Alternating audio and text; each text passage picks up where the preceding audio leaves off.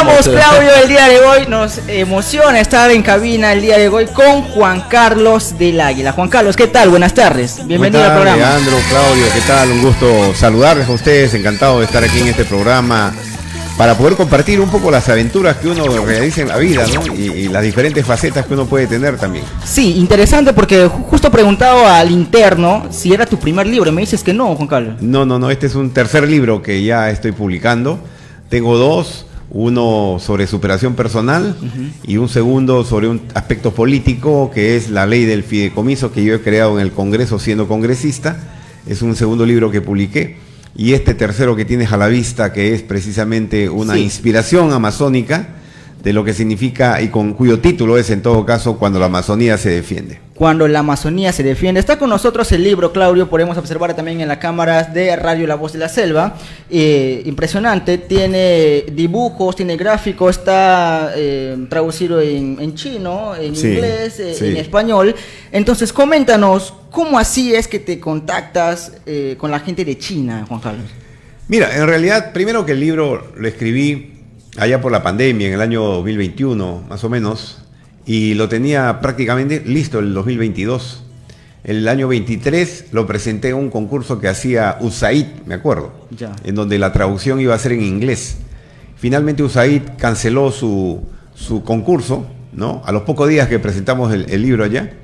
Y finalmente es el año 24, el año pasado, donde en uno de los viajes que hago a China, específicamente, tuve la oportunidad de conversar con los directivos de la Universidad de Altos Estudios Internacionales de Pekín. Así es, directivos de esa universidad con quienes me contactaron y empezamos a hablar de la Amazonía, cosa que ellos no necesariamente lo conocían mucho. Entonces, cuando hablamos de la Amazonía, les interesó muchísimo y les hablaba un poco de la diversidad que hay en esta parte del territorio nacional. Y entonces llegamos a un momento en donde hablábamos de un poco las leyendas, los mitos que hay en la Amazonía, ahí donde yo les dije, yo he escrito un libro, he escrito un cuento amazónico que me gustaría publicarlo. Entonces se interesaron, me pidieron el texto para leerlo, para revisarlo, les envié y finalmente después de 2 o 3 meses me llamaron para decirme que el texto había sido aprobado en esa casa editorial de la universidad y que me pedían el permiso correspondiente para firmar un contrato y publicarlo, tanto en idioma español como en idioma chino mandarín, que es el idioma de 1.400 millones de chinos que hay en esa parte del Asia-Pacífico. Así que por ahí va la historia, ¿no? Fue producto de una conversación, tuve esta relación con la casa editora de la Universidad de Estudios Internacionales de Pekín. De los cuales también estoy mirando la portada, está muy interesante la portada, de los cuales veo algo muy conocido, los diseños. ¿Nos puedes hablar de los diseños de quién, de qué autores? Por supuesto, todas las ilustraciones que tiene el libro, que son como 30, inclusive la portada y la contratapa también, es producto de las ilustraciones en acuarela que me hizo Jaime Choclote, un artista amazónico, un loretano, que tiene realmente una facilidad para expresar el sentimiento amazónico en un dibujo, en una acuarela en este caso. Y le encargué a Jaime me elaborara todas estas ilustraciones que finalmente me las alcanzó para yo incluirlas en el libro y que son las ilustraciones, pasajes de lo que es el acontecer de esta descripción amazónica, de este paseo que hago por la Amazonía, y especialmente por un territorio invadido por el narcotráfico, ¿no? Creo que hace un momento conversaba con un autor amazónico respecto de la presencia del narcotráfico. Aquí yo destaco precisamente de cómo el narcotráfico amenaza los territorios de la triple frontera y sobre todo amenaza el hábitat de los seres que habitan allí, tanto de los seres humanos, los indígenas, los ribereños y también de los animales y también de los seres mitológicos que tiene la Amazonía. Y todo eso describo en este libro. Por eso se llama Cuando la Amazonía se defiende. Porque el libro, para que sepan ustedes, Leandro, Claudio, es un libro donde detalla una serie de peripecias que pasa un niño indígena de 11 años llamado Pelayito. Pelayito se llama el niño. Él es indígena, el protagonista. Es el protagonista del libro, en donde él, aliado con sus mejores amigos, que son su perro, que tiene su nombre, un monito, que es su compañero, el delfín o el bufeo colorado también, en fin, varios personajes, el águila que está presente allí también, y en la Amazonía existe águila arpía, por ejemplo, ahí está en la portada, inclusive el águila está acá. Entonces, todos esos personajes son los que acompañan a Pelayito, está la lora también Maruja, ¿no? Acompañan en este periplo de defender el territorio de la Amazonía, de la presencia y de la incursión de las economías ilegales, de la criminalidad existente. De un bufeo también. Ahí está el bufeo colorado también, efectivamente, ¿no? Entonces, estos personajes defienden la Amazonía y finalmente se enfrentan a aquellos narcotraficantes que justamente están depredando territorios y sobre todo sometiendo a nuestros jóvenes, a nuestros indígenas, al trabajo del cultivo de la coca, del rapicheo y de todos los trabajos que hacen allí, ya no solamente el narcotráfico, ¿no? sino también la minería ilegal. Justamente eso es lo que te puedo comentar respecto un poco del contenido del libro, porque el libro hay que leerlo realmente. Claro, hay que leerlo. Para poder disfrutarlo, ¿no? Así que seguramente este libro para conocimiento está en impresión. Este es un libro de prueba que me lo han alcanzado para algunas correcciones finales. Ya están hechas las correcciones, ya está en proceso de impresión. Deben terminar de entregármelos a fines de diciembre, de tal manera que, bueno, ya yo voy a estar en campaña política, pero probablemente en el mes de febrero me dé un espacio para dar un salto nuevamente hasta la República Popular China para hacer la presentación respectiva de este libro en la capital de este país. Y don Juan Carlos, ya en Iquitos también han pensado hacer un lanzamiento del libro. Sí, claro que sí, de todas maneras, como que en Lima también lo voy a hacer. Yo creo que retornando de la China, cuando ya haga la presentación, estoy haciendo las coordinaciones para que sea en febrero, veremos cómo estoy en el tema de la campaña también, porque realmente vamos a estar a full ya un mes decisivo, pero quizá una semanita o menos me vaya solamente a hacer la presentación y trayendo los ejemplares que voy a mostrarlos en Lima, también en una presentación que vamos a hacer con el embajador de ese país y por supuesto acá en Iquitos, ¿no? Que lo vamos a coordinar también para que mediante una conferencia de prensa y luego un evento público podamos hacer la presentación de una obra amazónica, Claudio, que no tiene parangón en los escritores amazónicos. Nadie ha publicado un libro amazónico, un cuento amazónico, en este caso una novela corta, en realidad es un cuento amazónico, a mí me gusta más ese término. Nadie ha publicado en idioma chino mandarín. Nadie lo ha hecho, ¿no? No sé si inclusive en algún otro idioma. Por ahí alguien me decía, eres el único, ya me dicen escritor amazónico. En realidad son 3 libros que he escrito. Tengo varios cuentos también escritos inéditos, pero ningún escritor amazónico disque, ¿no? ha publicado sus obras en otro idioma. Pues no sé si soy el primero, pero probablemente voy a ser el primero en que edita un libro de su autoría en un idioma tan grande como el chino mandarín, donde en ese país pues viven 1.400 millones de habitantes, ¿no? Y el libro está ya próximo a ser entregado tanto físicamente como de manera virtual, porque aquí la parte de reversa del libro podemos encontrar el QR de la casa editorial y el QR también de Taobao. Taobao es un centro de comercio electrónico grande, tan grande o más grande inclusive que Amazon. Si tú conocerás, Amazon es una plataforma de comercio internacional estadounidense. Millones y millones de gente compra ahí, pero Taobao es más grande aún, es una firma china y el libro se ofrece ahí, está su código de barras, todos los permisos correspondientes, todo lo que concierne realmente a un libro bien editado en un país importante. Vas a tener fácil acceso entonces al libro, al cuento. Totalmente. Entonces no hay excusas. Cuando ya se hace el lanzamiento vamos a ver todo lo posible de conseguir el libro. No, por supuesto, no, yo con mucho gusto. Mira, mi objetivo ni siquiera es vender mis obras, yo no estoy vendiendo mis libros, tiene un precio y seguramente se venderá también. Pero eso para mí no es el objetivo principal. Yo no vivo de vender mis libros, lo cual por supuesto ya es un honor si un escritor vende sus libros y hay que en lo posible comprarle, ¿no? Pero yo soy de aquellos que no lucran con su producción, o en todo caso ese no es el objetivo principal. Probablemente mi libro lo regale a la universidad, a algunos centros culturales, aquí a los medios de prensa. Y bueno, el que quiere comprar, que lo compre también, tanto físicamente como virtualmente, como quiera, ¿no? Pero reitero, mi objetivo es que se conozca la Amazonía. Y eso es algo que yo quiero destacar.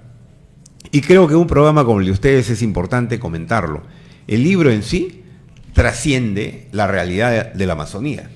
Busca atraer y llamar la atención de un país tan potente, la segunda economía del mundo, un país militarmente potente, económicamente potente, muy poblado, el más poblado del planeta, para que conozcan la Amazonía peruana, sus bellezas, sus atractivos culturales y todo, pero también cómo se defiende la Amazonía cuando alguien la ataca, el narcotráfico que la está atacando, la Amazonía, la minería ilegal, la tala ilegal de madera, el comercio, en fin, la trata de personas, son actividades criminales que nos amenazan al territorio.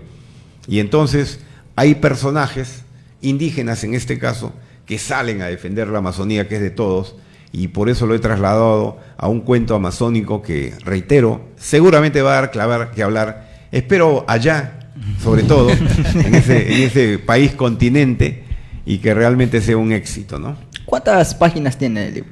Tiene 256 páginas, 252 páginas, que probablemente aumente un poquito con algunos cambios que estamos haciendo, pero más allá del número de páginas en sí, lo que yo destaco es el contenido, claro, ¿no? Es un mensaje que le damos al mundo de que la Amazonía tiene que cuidarse, tiene que ser un territorio de todos también, por supuesto, abierto al mundo, pero donde se respete la idiosincrasia, digamos, la actividad cultural de los pueblos, sus economías también, y que sobre todo la población pues tenga un mejor nivel de condición de vida en cualquier territorio donde estén dentro de nuestra Amazonía. Qué chévere, estamos en Radio La Voz de la Selva, tenemos pausa comercial, retornamos en breve. Juan Carlos, por favor, pausa por favor, nuestro estimado Roy.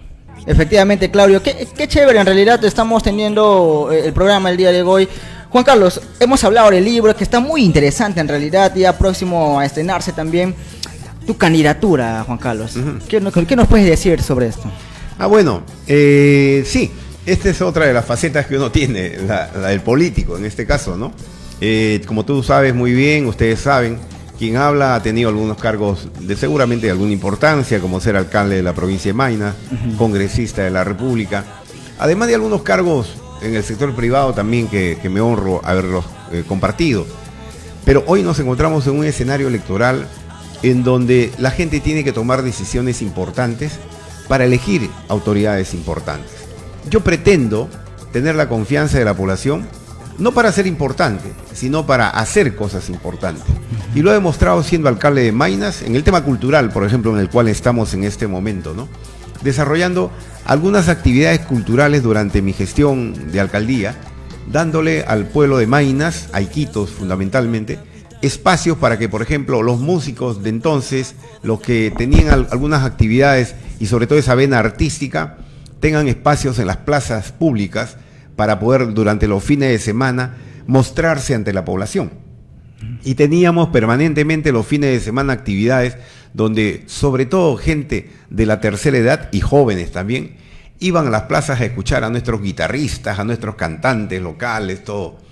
También hacíamos en el mes del teatro, o en la semana del teatro, me acuerdo que era en el mes de marzo, porque creo que el mes del teatro es en marzo.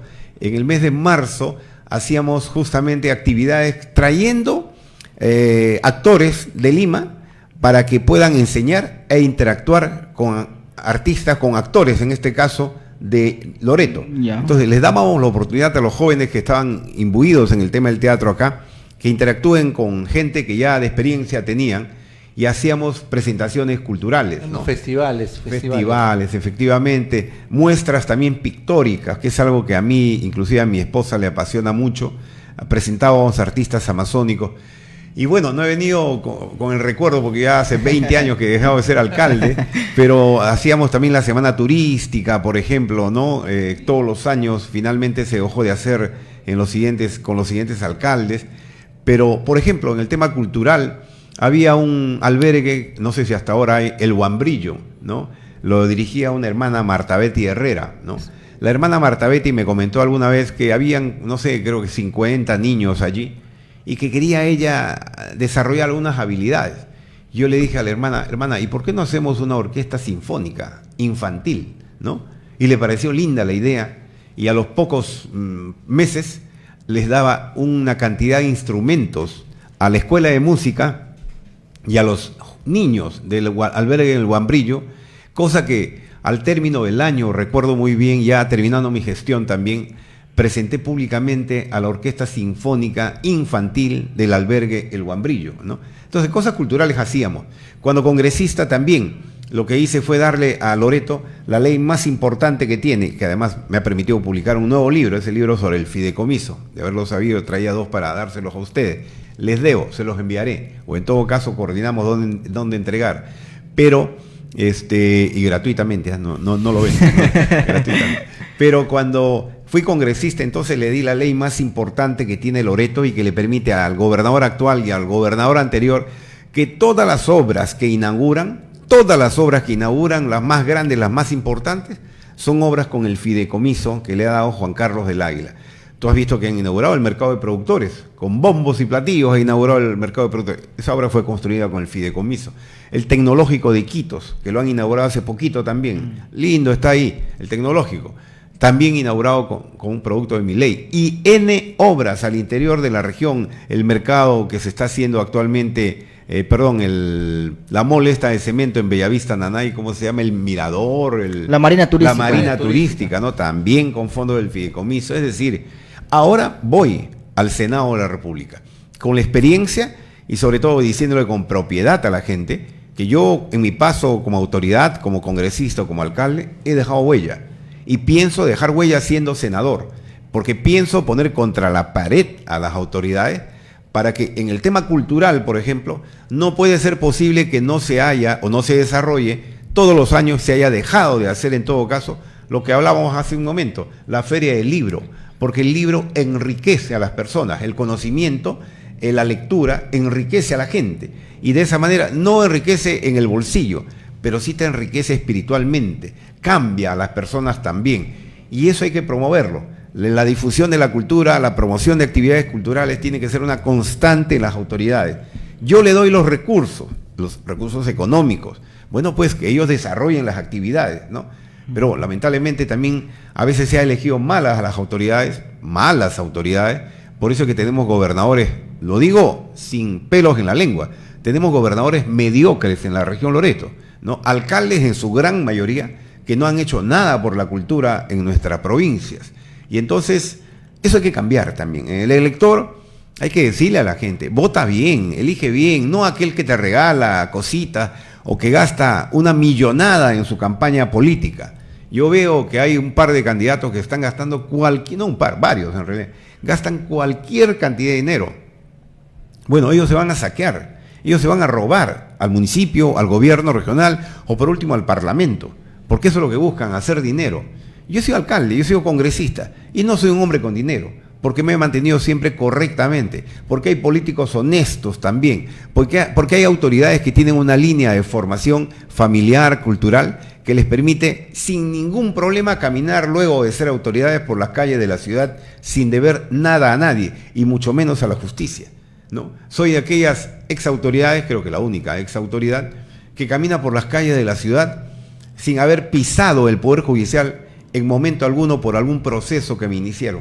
Entonces, demos ejemplo también las personas, que habemos gente con condiciones para ocupar cargos públicos. Por eso, mi querido Leandro y Claudio, me presento esta vez al Senado de la República. Muy bien. ¿Por qué partido? Fuerza Popular es mi partido, en el cual he sido elegido anteriormente congresista también. Muy bien, entonces... Los mejores éxitos, don Juan Carlos. Muchas gracias, Claudio. Sé que va a llegar, Sí, muchas gracias. Estamos haciendo todos los esfuerzos para eso, viajando por el interior de la región. Casi no me ven ahorita por Iquitos. ¿Y qué tal el recibimiento de la población? ¿Qué tal muy bueno. Por un lado, por ejemplo, estuve en el Napo y en el Puinahua. Y las cosas que yo hice siendo alcalde de Maynas o congresista, ha llegado a esas localidades. Entonces, en el Napo, por ejemplo, en Mazán le he construido su bulevar, su muro de contención. A Taxacuraray le he construido su local comunal. A Santa Clotilde le he construido su plaza mayor, ¿no? A Angotero su local comunal, es decir, donde uno va normalmente hay obra. Y eso lo recuerda a la gente, y por eso, con mucho cariño, además ese cariño se duplica, porque el cariño que le tienen a Keiko Fujimori al interior de la Amazonía es brutal, es grande, ¿no? Es grande.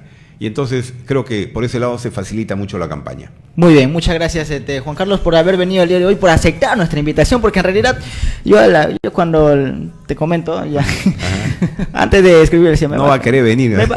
Me va a contestar. No, te va a contestar, no va a venir. No. Sí, estábamos ahí debatiendo. Full campaña. Sí, entonces... Señor Juan Carlos, ¿qué tal? Buenas tardes.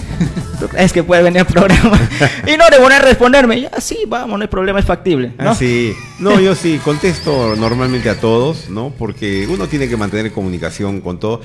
Y qué mejor venir a un espacio de dos jóvenes donde desarrollan justamente una faceta que los jóvenes debieran estar involucrados, interesarse más y las autoridades sobre todo apoyar.